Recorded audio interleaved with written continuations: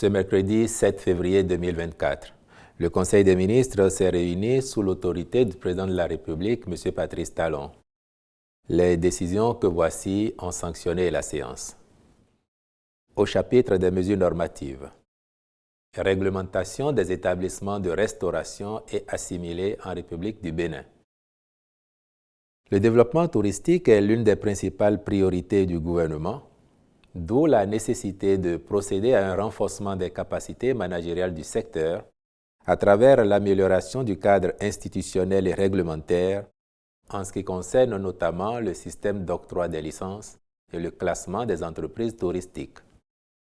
Au nombre de celles-ci se trouvent les établissements de restauration, jusqu'ici régis par un décret de 1987 qui, bien que faisant la distinction entre les établissements homologués et ceux qui ne le sont pas, manque de précision s'agissant des conditions d'accès et d'exploitation. De ce fait, en phase d'investissement, les restaurants ne sont soumis ni aux dispositions spécifiques en amont de construction, ni aux conditions techniques de sécurité et d'hygiène requises pour l'entrée en activité. C'est pourquoi le présent décret, qui découle d'une analyse minutieuse effectuée avec le concours de l'Organisation mondiale du tourisme, est plus adapté au secteur et permet de corriger les insuffisances relevées. Il offre par ailleurs l'avantage de se conformer aux dispositions communautaires de l'UEMOA ainsi qu'aux normes internationales. Ainsi, le texte organise les conditions de construction, d'extension, de transformation et d'aménagement, de même que celles d'ouverture, d'exploitation et de classement des établissements de restauration et assimilés. Sont également précisées les modalités de contrôle et les sanctions en cas de manquement aux obligations. Le ministre du Tourisme, de la Culture et des Arts et le ministre de l'Intérieur et de la Sécurité publique veilleront au respect strict du nouveau cadre réglementaire.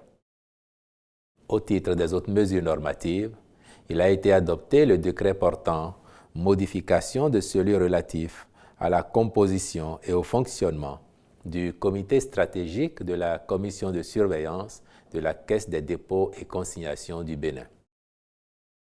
Au chapitre des communications, en point 1, mission de maîtrise d'œuvre et de construction de 7 commissariats dans des communes frontalières du Bénin.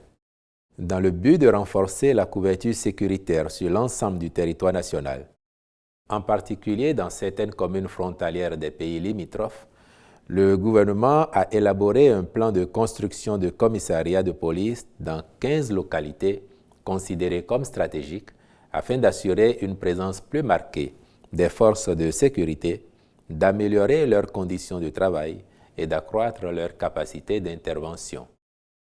La première phase de ce plan concerne les 7 localités suivantes.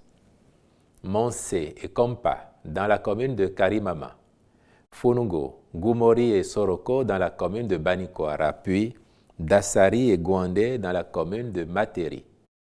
Aussi, le Conseil a-t-il autorisé la contractualisation avec des cabinets et entreprises sélectionnés pour la maîtrise d'œuvre et la construction des infrastructures.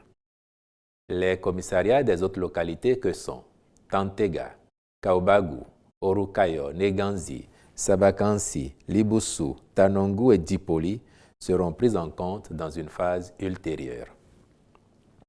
En point 2, mise en œuvre du plan d'action de réinstallation des personnes affectées par les travaux de curage mécanique du chenal Gbaga à Grand Popo. Le démarrage effectif des travaux est imminent et la libération des entreprises utiles devient impérative. Or, l'exploitation du périmètre du projet occasionnera une restriction momentanée d'accès des occupants des sites retenus pour le stockage de sédiments et végétaux, puis une impossibilité d'accès temporaire sur certaines parties du cours d'eau. L'état des lieux des différents sites d'accueil des travaux a révélé la présence d'usagers de profils variés, pêcheurs, mareyeuses, maraîchers, piroguiers, etc., d'occupants sans titre ni droit et de présumés propriétaires de domaines non bâtis. À cet effet, il a été procédé au recensement des personnes et des biens ainsi qu'à l'évaluation des indemnisations et soutiens à verser en appui à la réinstallation des personnes affectées. Le Conseil s'est donc prononcé en faveur du paiement des indemnités dues aux sinistrés et a instruit les ministres concernés d'accomplir les diligences nécessaires à cette fin. Au chapitre des rencontres et manifestations internationales, il a été autorisé la tenue au Bénin du 22 au 24 février 2024 de la 4e édition du Forum des mines et du pétrole de la Communauté des États de l'Afrique de l'Ouest, ECOMOF 2023. Au chapitre enfin des mesures individuelles. Sur proposition du ministre, les nominations ci-après ont été prononcées au ministère du Travail et de la Fonction publique. Inspecteur général des services et emplois publics, M. Norbert Bokas-Kanounon. Secrétaire général du ministère, M. Germain Nonayon Alokbo. Secrétaire général adjoint du ministère, Mme Léa Estelle Honfort Akpovo. Conseiller technique à la protection sociale, M. Aboubakar Alassane. Directeur général du travail, M. Edgar Daoui. Directeur général du renforcement des capacités et de l'employabilité, M. Omer Wanillon Charles Avala. Directeur départemental du travail et de la fonction publique du littoral, Mme Mireille Constance Legba Adankan, je vous remercie.